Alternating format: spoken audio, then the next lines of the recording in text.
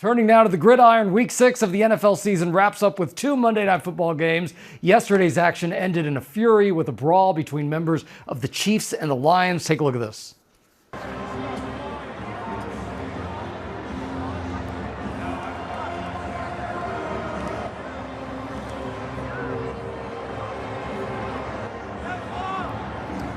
Oof, all right. Detroit Lions defensive back Brian Branch, who you saw there in the middle of that, he was suspended for 1 game today. Joining us now is our buddy, ESPN analyst and former NFL head coach, Herm Edwards.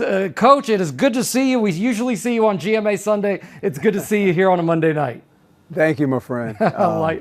That's an unfortunate incident that took place with the Detroit Lions and the Kansas City Chiefs. Generally, these NFL players understand that it's very, very important. That sportsmanship is part of how we conduct ourselves as football players, and we are the cream of the crop when you say you get to the NFL, and others view us, and it's unfortunate. And I think the league stepped in and did the right thing. He's suspended for a week. I think his head coach went before the media and spoke on the incident and saying we don't condone this, and the player apologized as well. Well, you said it right there, sportsmanship. It is so important. This brawl came after the Chiefs pulled off an impressive win, right? Bouncing back after a tough loss to the Jaguars. So could this game get them back on track now? Well, I think this was an important game. Detroit has gone in there and beaten them, and they met a physical team with physicalness of their own.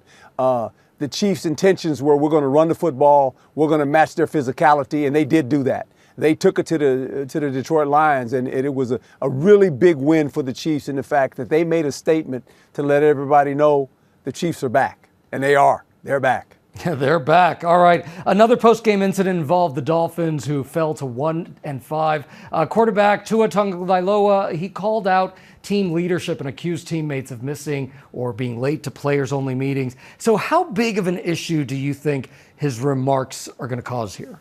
Well, I think this team is really trying to find themselves, as far as leadership goes. And I think his intentions were good.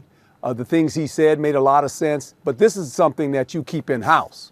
This doesn't leave the locker room. There's a saying in the National Football League: what we say here, what we do here, stays here when we leave here.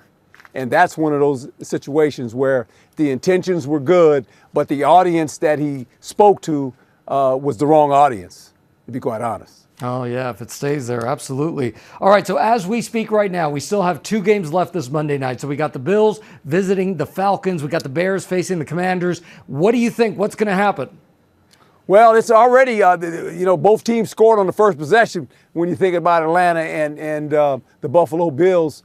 Both these teams are really good, and they're physical. Both of them can run the football. They started off running the game. Both running. And I think at the end, if the Buffalo Bills have the ball at the end of the game where they need to win, I'm betting on Josh Allen.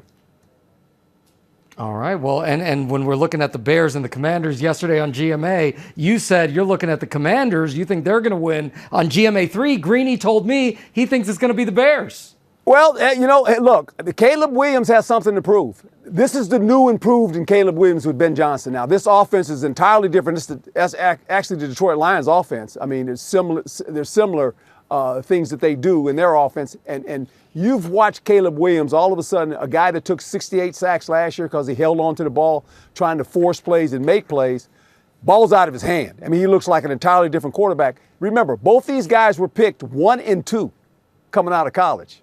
Jaden Daniels had a great year last year. Caleb Williams, not so much. So this is one of those games that is kind of personal. All right, we'll see what happens, and we'll tune in for Who's with Herm on GMA next Sunday. We'll see what happened there.